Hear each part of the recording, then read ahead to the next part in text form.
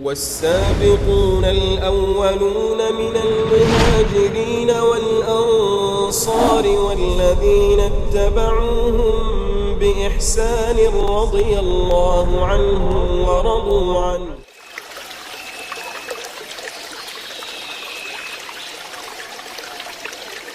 Assalamualaikum warahmatullahi wabarakatuh.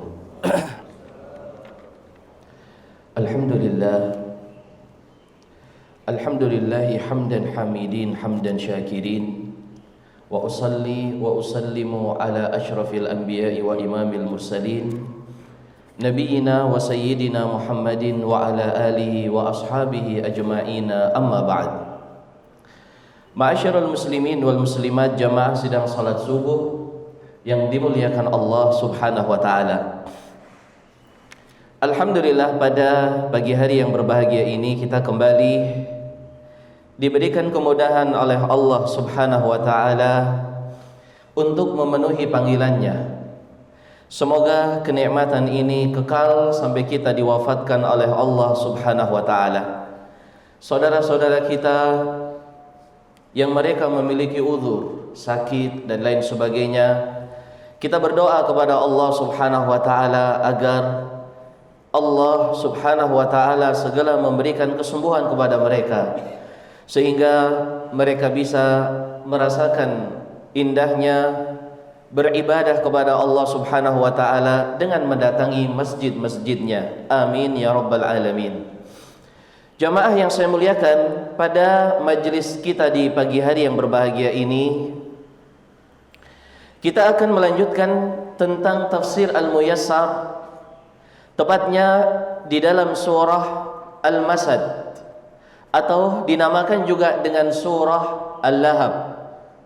Surah Al-Masad atau surah Al-Lahab ini adalah salah satu surah yang menjadi surah yang paling dibenci oleh orang-orang yang mereka keliru di dalam memahami takdir Allah Subhanahu wa taala.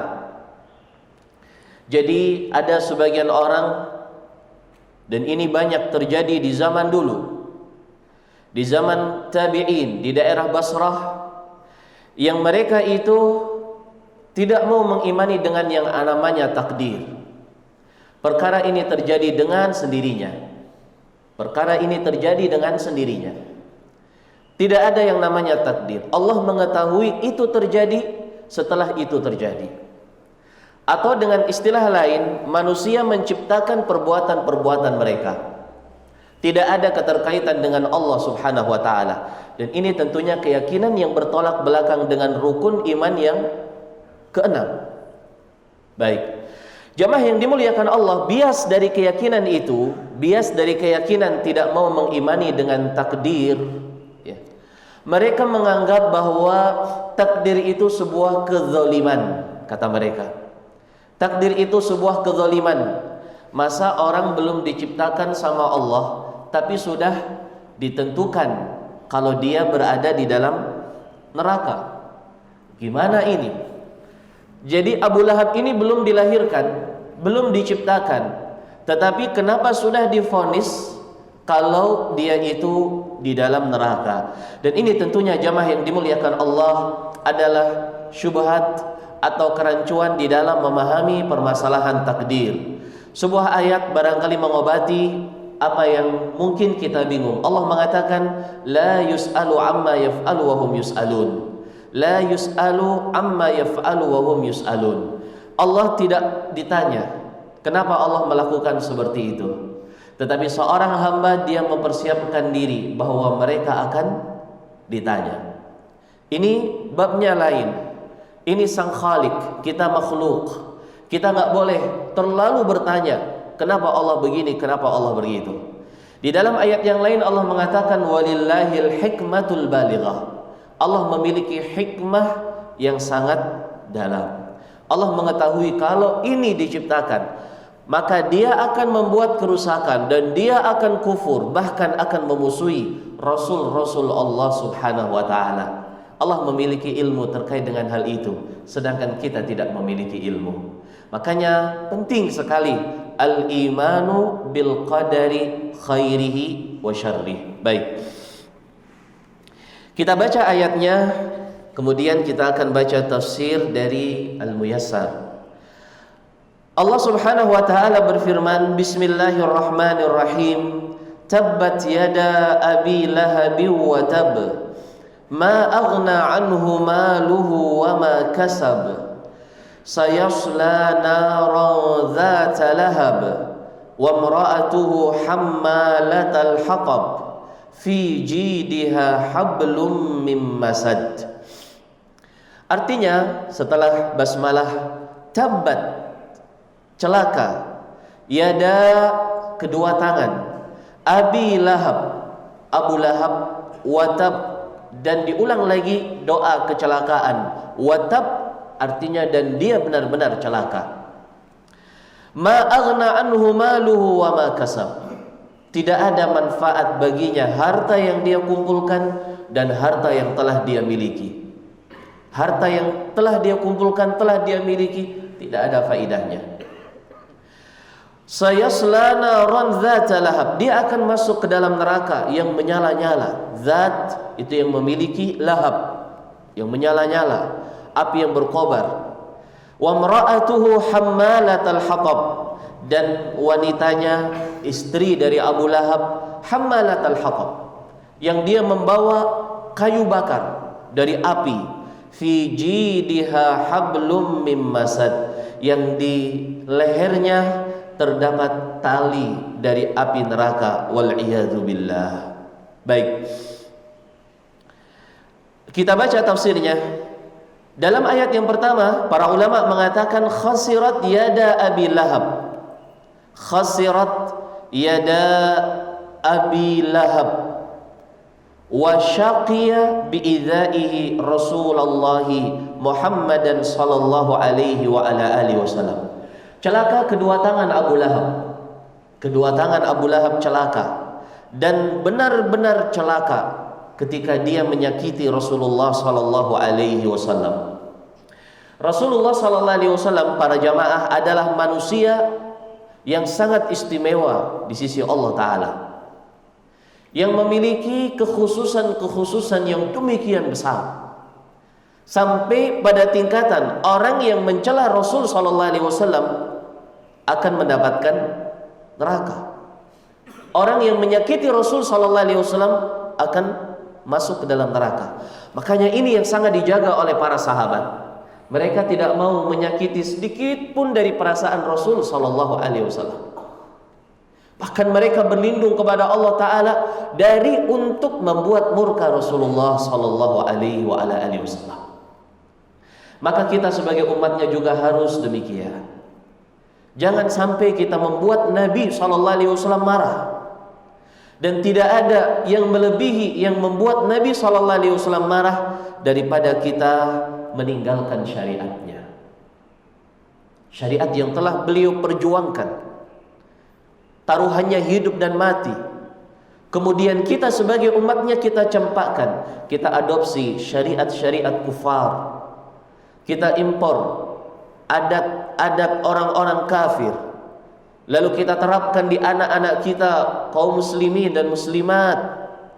Ini adalah sesuatu yang paling membuat murka Rasulullah SAW. Termasuk di dalamnya merubah, mengganti apa yang telah ditentukan oleh Nabi SAW. Ada sebuah kisah, saya rasa para jamaah pernah mendengar. Di hari kiamat nanti, dan akan kita baca pada majelis yang akan datang, tentang cerita ini secara lebih detail. Nabi Allah Ta'ala berikan untuknya telaga, namanya telaga Al-Kautsar. Baik.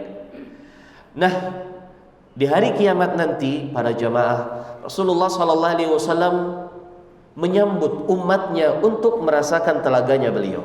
Silahkan minum. Setiap yang lewat yang itu adalah umatnya dipersilahkan. Telaga yang kalau seorang minum satu teguk, maka dia tidak akan merasakan kehausan selama-lamanya. Tiba-tiba ada satu rombongan, ketika mereka akan mendatangi telaganya Nabi, diusir. Rasul sallallahu alaihi wasallam tahu mereka adalah sahabatnya, maksudnya umatnya. Dipanggil ashabi, ashabi. Itu umatku, umatku. Kemari. Kenapa harus dia pergi dari telagaku? Rupanya dikatakan kepada Nabi sallallahu alaihi wasallam, innahum laisu bi ummatik. Mereka bukan umatmu lagi. Kaget Nabi sallallahu alaihi wasallam. Apa sebabnya?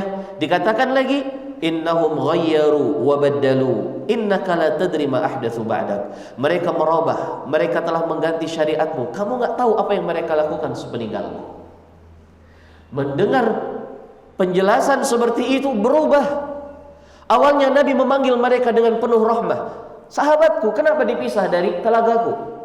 Tetapi ketika diberitahu kalau mereka merubah, mengganti syariat Nabi sallallahu alaihi wasallam, berubah menjadi doa kejelekan kepada mereka.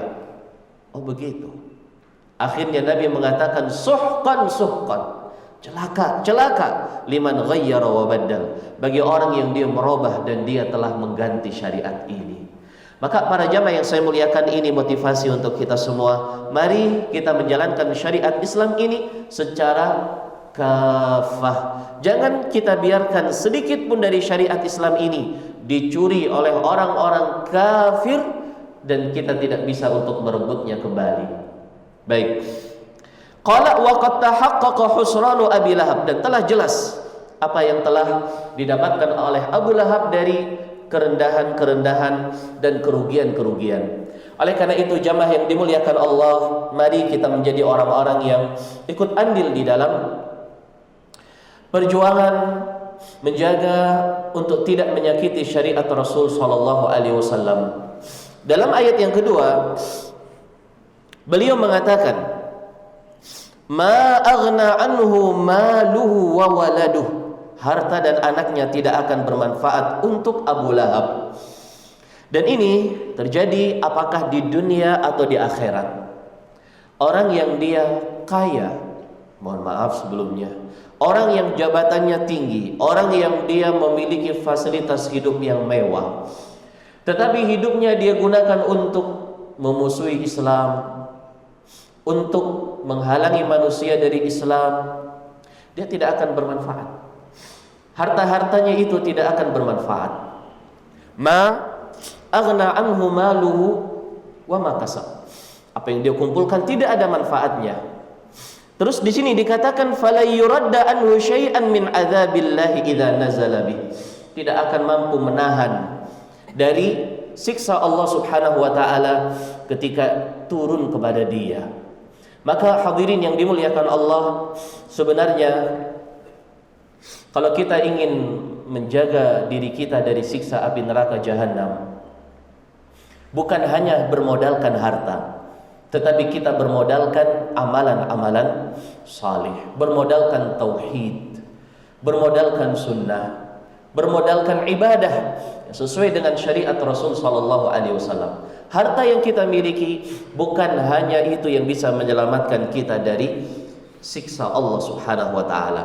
Maka jangan bangga dengan harta yang kita miliki. Jangan. Kemudian ayat yang ketiga dan keempat, sayadkhulu nar jahannam dzatal lahabil mushta'il, akan masuk dia ke dalam neraka yang memiliki api yang menyala-nyala. Huwa wa imra'atuh, dia dan istrinya. Alladzi kanat tahmilu syauq, yang istrinya itu dia mengambil dan membawa duri, fatatrahuhu fi tariqin Nabi alaihi salatu wassalam, dia letakkan di jalan yang Nabi sallallahu alaihi wasallam jalan. Tujuannya apa? Agar Nabi terkena duri. Coba lihat jahatnya istri Abu Lahab, li'adhiyatih, untuk menyakiti Rasul sallallahu alaihi wasallam.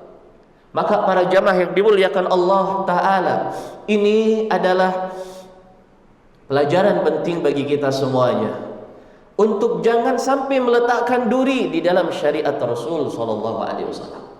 Sebagaimana istrinya Abu Lahab, orang-orang musyrik dulu mereka meletakkan duri di jalanan yang dilewati oleh Nabi, maka jangan kita meletakkan duri di dalam perjalanan merealisasikan dan menjalankan syariat Rasulullah sallallahu alaihi wasallam di bumi yang kita cintai ini. Jadilah kita pelopor kebaikan. Jadilah kita pembawa rahmah. Jadilah kita sebagai orang yang membawa kebaikan untuk umat Islam. Nabi SAW pernah mengatakan, khairun nas man yurja khairuh wa yu'manu syarruh. Sebaik-baik orang itu yang diharapkan kebaikannya, seorang yang diharapkan dari dia kebaikannya dan diamankan dari dia kejelekannya. Sebaik-baik orang. Tuba, kata Nabi SAW dalam riwayat yang lain, liman kana miftahan lil khairi mighlaqan lisyarr. Orang yang dia menjadi pintu kebaikan dari semua kebaikan, pintu pembuka dari semua kebaikan. Tuba, bergembiralah untuk dia yang dia menjadi pintu pembuka semua kebaikan. Kemudian di ayat yang kelima, para ulama mengatakan fi unuqiha, di lehernya, maksudnya lehernya wanita tersebut, istrinya Abu Lahab, hablun muhkamul fatli, tali yang diikat dengan ikatan yang mati, min lifin syadidin khasin, dari tali yang kuat dan kasar, turfa bihi fi nari jahannam, diangkat dimasukkan ke dalam neraka jahannam. Diikat lehernya, ditarik, dimasukkan ke dalam neraka jahannam. Summa turma ila asfaliha, lalu wanita itu dilempar sampai ke dalam neraka yang paling dalam. Maka al-masad bisa diartikan api yang menyala-nyala, bisa diartikan tali. Yang tali itu terbuat dari kain atau dari kulit yang kasar, yang kuat, yang dengannya dia disiksa dengan api neraka jahannam, wal'iyadzubillah. Maka para jamaah yang dimuliakan Allah Ta'ala, pelajaran lain yang kita dapatkan di sini sungguh sangat merugi ketika kita dan keluarga kita menjadi orang yang memusuhi syariat Rasul sallallahu alaihi wasallam. Dan betapa bahagianya mereka yang meninggal dalam membela syariat Rasul. Ammar, ayahnya Yasir, ibundanya Sumayyah. Bayangkan, mereka syuhada. Coba bagaimana kita melihat keluarga-keluarga yang mereka berada di dalam kebaikan. Khadijah radhiyallahu anha dengan Rasul sallallahu alaihi wasallam. Coba lihat. Utsman dengan istri-istrinya, yang itu adalah anak-anak Rasul sallallahu alaihi wasallam. Ini yang patut kita tiru. Tapi seandainya istri kita belum mengikuti kita, kita bisa untuk mengkondisikan istri kita jangan membenci sunnah Nabi sallallahu alaihi wasallam. Kita untuk memaksakan seseorang langsung berubah menjadi orang baik, itu tidak secepat membalikkan telapak tangan kita, langsung jadi semuanya baik. Itu tidak mungkin. Itu tidak mungkin. Sudah menjadi sunnatullah bahwa ini semua terjadi secara bertahap. Ada yang transformasinya atau berubahnya itu cepat, secepat membalikkan kedua tangan, telapak tangan kita. Ada yang butuh waktu perlahan. Maka dalam hal ini seorang muslim, apalagi seorang dai ilallah subhanahu wa ta'ala, harus memahami permasalahan-permasalahan seperti ini. Rasulullah sallallahu alaihi wa ala alihi wasallam ketika terjadi Fathu Makkah, coba bagaimana rahmahnya beliau. Bagaimana rahmahnya beliau, yang beliau sebenarnya di waktu itu punya power yang sempurna. Beliau punya power yang sempurna ketika membuka kota Makkah. Kalau beliau instruksikan bunuh, udah banjir darah di kota Makkah. Karena semua yang ada di Makkah yang belum masuk Islam di kala itu, mereka dengan mudahnya dibunuh oleh para sahabat. Tetapi Nabi SAW Nabiyur Rahmah, nama beliau di antara nama-nama yang beliau miliki Nabiyur Rahmah. Makna Nabiyur Rahmah adalah beliau tidaklah dipilih dua hal, melainkan milih yang paling mudah untuk umatnya, tidak selalu mempersulit umatnya. Seandainya kita berbicara, mereka kafir, bunuh. Seandainya seperti itu, para jamaah, akan dilakukan oleh Nabi dan itu mudah. Tapi Nabi SAW memilih jalan lain. Siapa yang dia masuk ke dalam rumahnya, maka dia aman. Siapa yang dia meninggalkan pedangnya, senjatanya, maka dia aman. Siapa yang dia masuk ke dalam Ka'bah, maka masuk ke dalam Masjidil Haram, maka dia aman. Apakah Nabi SAW dianggap di kala itu orang yang tidak tegas? Oh, rupanya Nabi SAW ini juga ya, pengecut juga ya. Na'udzubillah. Kita nggak boleh menganggap Rasul seperti itu. Tetapi begitulah Rasul mengajarkan kepada kita metode di dalam berdakwah. Coba lihat ketika diberikan kesempatan kepada mereka untuk siapa yang masuk ke dalam rumah aman, siapa yang menanggalkan senjatanya aman, siapa yang masuk ke dalam Masjidil Haram aman. Apa yang muncul setelah itu? Rasul melihat perkara yang jauh. Akhirnya mereka masuk Islam afwaja. Ayat yang sengaja kita baca diawalkan pada majlis yang telah lewat. Idza jaa nasrullahi wal fath wa ra'aitan nasa yadkhuluna fi dinillahi afwaja. Maka ini pelajaran penting para jamaah yang dimuliakan Allah. Masukkan dalam fikiran kita bahwa dalam merubah sebuah komunitas, dalam mengajak ke dalam kebaikan, beragam cara. Beragam cara. Dan ini semuanya memiliki perkara yang maksur dari Rasul sallallahu alaihi wa ala alihi wasallam. Dan silahkan lihat dan silahkan hitung prosentasenya. Bagaimana metode Nabi di dalam berdakwah? Apakah lebih dominan menggunakan kekerasan? Apakah lebih dominan menggunakan hal yang berbau pengorbanan darah dan lain sebagainya, atau kebalikannya? Kebalikannya. Izin untuk dibolehkan berperang Rasul dan para sahabat itu jauh-jauh hari setelah belasan tahun beliau berdakwah ke dalam Islam. Kalau dibilang kekuatan ada di kala itu, tapi belum. Jangan tunggu. Allah Ta'ala tidak mengizinkan. Hadirin yang dimuliakan Allah, maka ini sebagai isyarat yang lembut untuk kita semuanya. Cobalah melihat di dalam mengajak. Nggak usah jauh-jauh, anak istri kita. Nggak mungkin anak istri kita dengan sistem dengan sistem perintah laksanakan kepada istri dan anak-anak kita. Kita akan berusaha dengan lembut. Gimana nih? Tentunya dengan orang lain kita juga harus lebih seperti itu. Baik, semoga ini bermanfaat untuk kita semuanya. Jazakumullahu khairan ala husnil istima' wal ihtimam. Kita akhiri subhanakallahumma wa bihamdik, asyhadu an la ilaha illa anta astaghfiruka wa atubu ilaik. Wassalamualaikum warahmatullahi wabarakatuh.